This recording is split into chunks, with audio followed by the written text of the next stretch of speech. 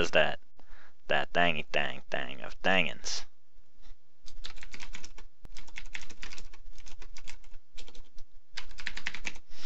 Now I will be doing more Godus play.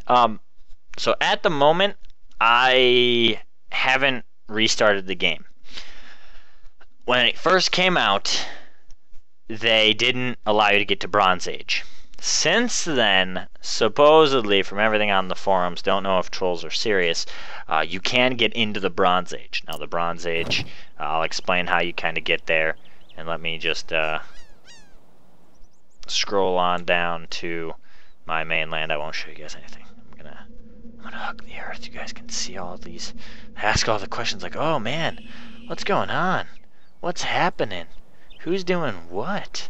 Why do I feel like I'm falling? Ooh, that's nice water. That is nice water. Cool. It's like we're Jesus. We're walking on water. This is nice. All right. So this is Godus. You first start out right here, right in the center. Nothing but one house. Adam and Adam, Adam and Steve, Adam and Eve, whatever you'd like to say.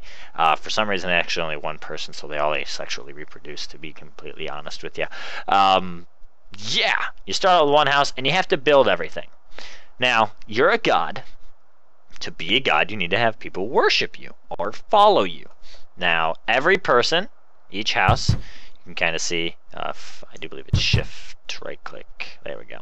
You can see that there's 12 people in this house, whereas opposed to this one, there's only 2 people in this house. Now, collecting your belief is what these giant purple gumballs are. The nice thing about this is they add an awesome little sound for harvesting it. So right now I have a lot of kind of belief saved up. And you can see that when people are worshiping you, kind of believing in you, and you don't click the bubble, they stay inside of the house. In towns, which is just, this is like a town square, you can see that these are all my little followers. Now they all look exactly the same because in this aspect they're all females. They're all women for this particular location. So you go along.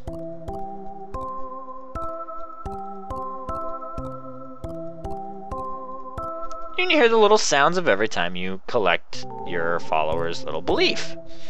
So you can customize the land by simply grabbing onto it with left click and dragging it out. And you drag it out here, and it allows you to build a house.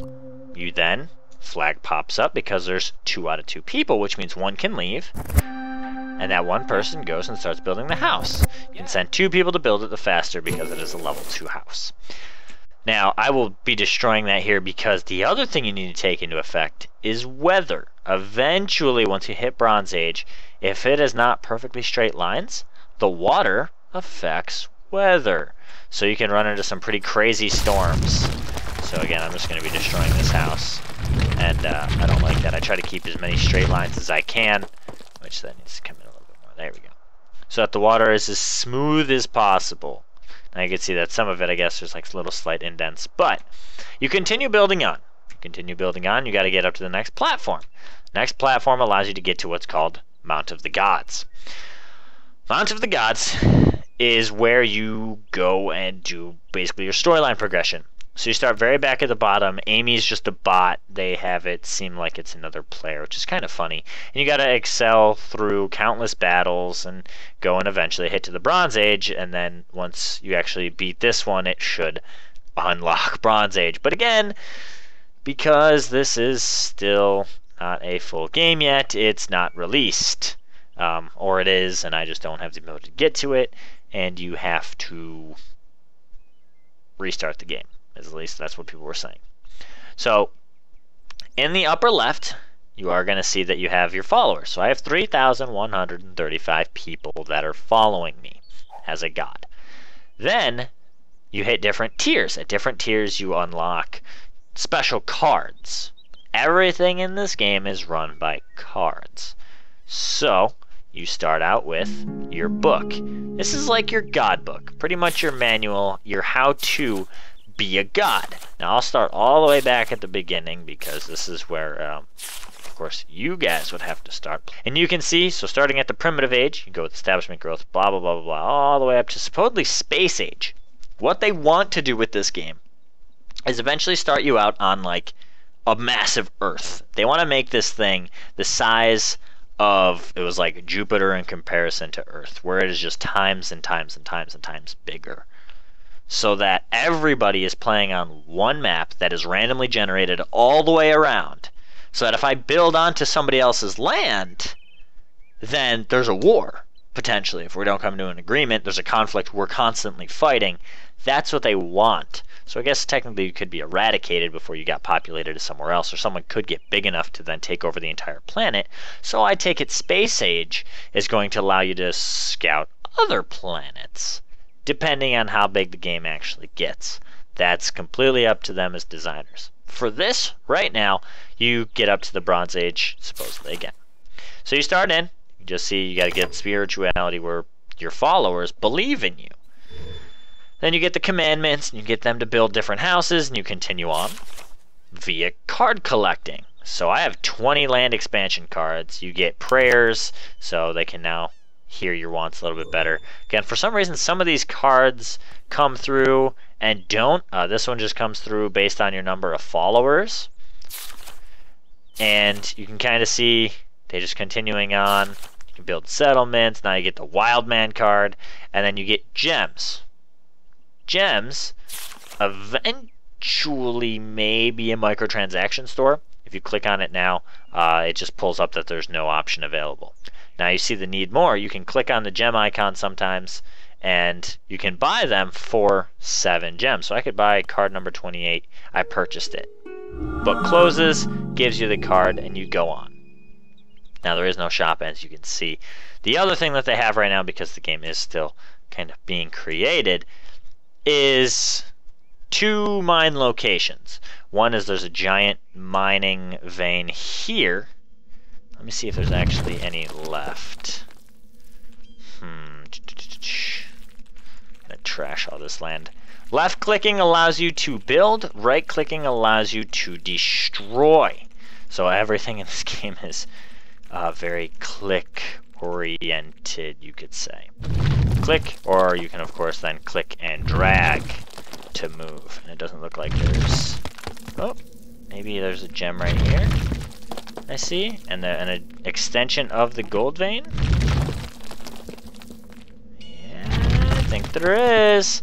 I think there is. There he is. So there is just a little bit more gold here, and I can send out this little guy right here, and he'll go and start whacking his little chisel to mine this. Now, the other thing with this game, because it is basically belief and God-based, you are this God-fourth game, is you can do God things. So not only can I sculpt the land and kind of trash this or expand it, but I can 3-click on trees and it gives me 20 belief. I can click on rocks and they're destroyed, gives me 100. So in the beginning, this is kind of how you get your belief the fastest, is you just kind of crush some trees and sculpt the land to how you want. So again, this guy's just going to mine, get me the gems. Gems eventually later on are going to buy things. These little totems, your worshippers run to. They believe in it. They worship it. They build it for you. And then it's what's called an expansion totem. So at first I could only get up to like this section down here. Sent him up to there. This all unlocks everything up here. Now anyone who doesn't know, there is actually a hidden face underneath all of these rocks. You can go and check out my other video on YouTube that shows it. It is really, really cool. We call it Athena, the face, or Diana, were the 2 names that we had come up with. So, starting from where I had shown you, you come up the water and you go to this little building. This building, you can see 2 hands shaking, which is your multiplayer. Simply click on it. It's then going to unlock kind of your address and allows you to then invite somebody else to play against you. And that is one way in the beginning when people were trying to figure out if you could unlock God or the Bronze Age. People thought you got to do multiplayer to get more cards. And that was one way that you did, because there were certain cards you just couldn't find. They didn't allow you to find them yet because they didn't want you to get to Bronze Age. And then when people found the cards, and they were like, what the F? Why can't we continue on? Well, they told everyone that you couldn't. But again, that was months ago. So this game is huge. I mean, you can sculpt anything from into here, and you can just keep going. You can just keep digging. I will show you guys one spot. Because you are able to edit all the files, you can technically go into the file editor, change a couple numbers, and unlock the entire map. You can unlock everything, pretty much. So right now you can see how this is all gray because I don't have it unlocked. But if you continue on from, basically that's the edge of where I can go, but you keep going, if I'm not mistaken, you can see kind of a cool section that they put in here. So you got Stonehenge, you have Jonah and the whale, you have Noah's Ark, and I'm not sure if they intended for this, but this I always tie it together with Abraham and sacrificing the lamb, where he sacrificed his son instead.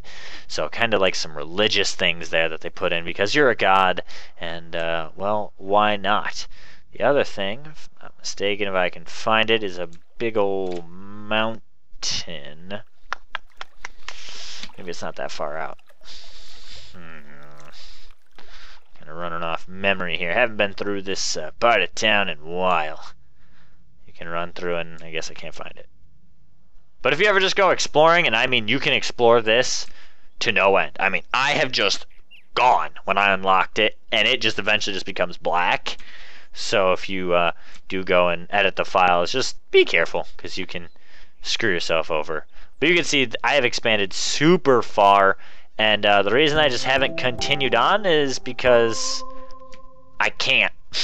I mean, I guess the next thing is to just keep leveling all this land out and just going in and saying, alright, this little spot here, I can clear this away, and if I do that, I'll break down the house, but I'll build the level 2, so sacrificing level 1 for the level 2 house is better, and then just, I could build up on top of here, but I just haven't gone through and done it. This is a fun game, another time sink if you wanted. I would wait for the game to actually be fully released before going and buying it, unless there's a sweet like flash sale for $5. But a lot of fun, and multiplayer as well is actually super fun to play. I wish I could show you guys. I don't have anyone to multiplayer with, unfortunately, but it is a lot of fun. You can go and check also some YouTube videos on the multiplayer as well. But that is Godus, and it's a fun game. It's different, changes things up a bit, but it's good.